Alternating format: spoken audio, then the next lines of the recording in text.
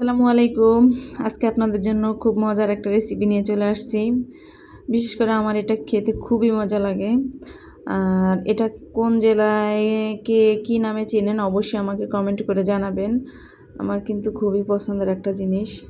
আমি যখনই কোনো সবজির বাজারে যাই যদি আমার চোখে পড়ে আমি কিন্তু রেখে একদমই চলে আসি না, নিয়েই আসি কিন্তু।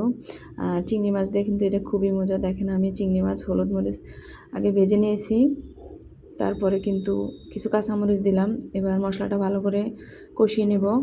আর আমি এখনও লবণটা দিইনি, বাট লবণটা দিয়ে দেব। আপনারা আপনাদের স্বাদ মতো দিয়ে নেবেন। ভালো করে কিন্তু আমি মশলাগুলো কষিয়ে নিচ্ছি।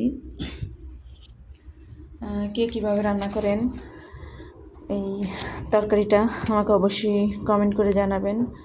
আমার মশলা থেকে দেখেন একদম কিন্তু তেল ছেড়ে দিছে।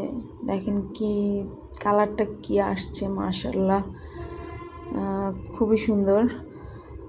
ভালো করে কিন্তু কষানো হয়ে গেছে গা। এই পর্যায়ে আমি দিয়ে দিছি আমার সেই বিশেষ পছন্দের খাবার, যেটা দেখেন আপনারা। আমি এটাকে জানি না কোন জেলায় কী নামে চেনে।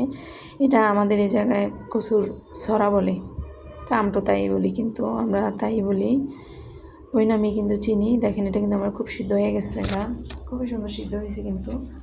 আর এই কচুর ছড়াটা কিন্তু খুবই শুকনো ছিল, আমি গরম পানি দিয়ে দিলাম। রান্নাটা কিন্তু প্রায় শেষ। আমার পাশে কিন্তু ধনিয়া পাতা একদমই শেষ, তাই আমি এটার সাথে কিছু জিরা